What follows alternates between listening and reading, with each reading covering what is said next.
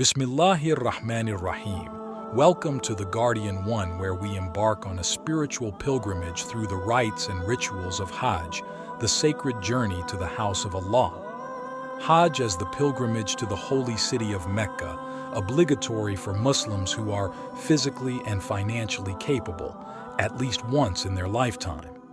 The significance of Hajj as a demonstration of devotion, submission, and unity among Muslims worldwide. According to Islamic tradition, the Hajj dates from thousands of years earlier, from when Abraham, upon God's command, built the Kaaba, the house of God. This cubic building is considered the most holy site in Islam, and the rituals of the Hajj include walking repeatedly around it. In Islamic tradition, pilgrimage was introduced during the time of Prophet Abraham. According to tradition, by God's command, Abraham left his wife Hajar, and his son Ismail, alone in the desert of ancient Mecca, with little food and water that they soon used up. Mecca was then an uninhabited place. In search of water, Hagar desperately ran 7 times between the 2 hills of Safa and Marwa, but found none. Back in despair to Ishmael, she saw the baby scratching the ground with his leg and a water fountain underneath. Because of the presence of water, tribes started to settle in Mecca, Jurhum being the first such tribe to arrive.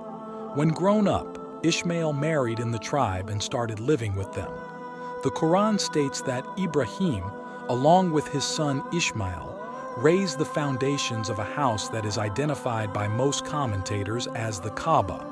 After the placing of the black stone in the eastern corner of the Kaaba, Ibrahim received a revelation in which Allah told the aged prophet that he should now go and proclaim the pilgrimage to mankind.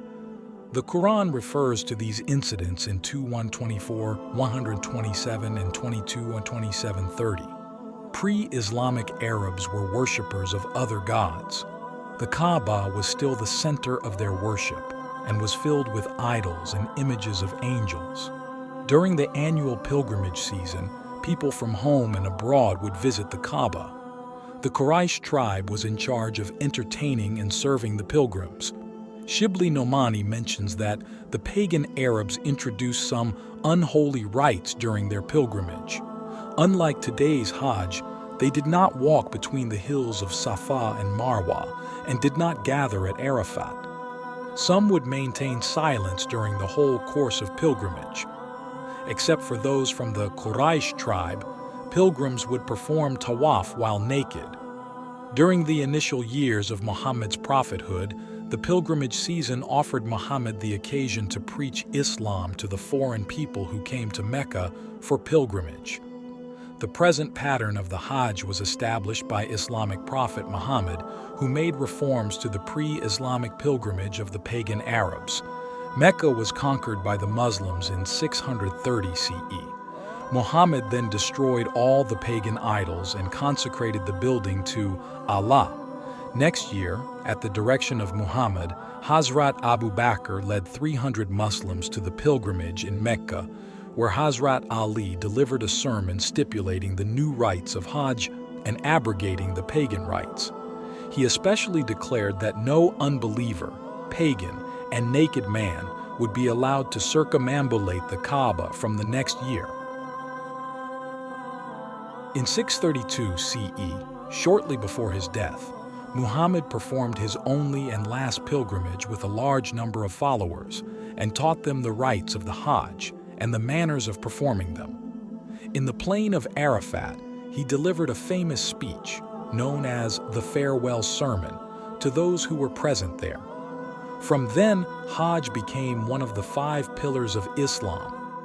Hajj was made compulsory in 09th Hijri. Dear beloved viewers, as we journey together through the sacred teachings of Islam on the Guardian One, we are honored to delve into the profound significance of Hajj, the timeless pilgrimage to the house of Allah. We invite you to join us in this exploration of faith, unity, and spiritual enlightenment. By liking, sharing, and subscribing to our channel, you not only support our mission of spreading knowledge and understanding, but also become part of a vibrant community dedicated to learning and growth. But our journey does not end here. We want to hear from you. Share your reflections, experiences, and aspirations related to Hajj in the comments section below. Together, let us continue to seek knowledge, inspire one another, and strengthen our bonds as brothers and sisters in faith. With gratitude and blessings, the Guardian One.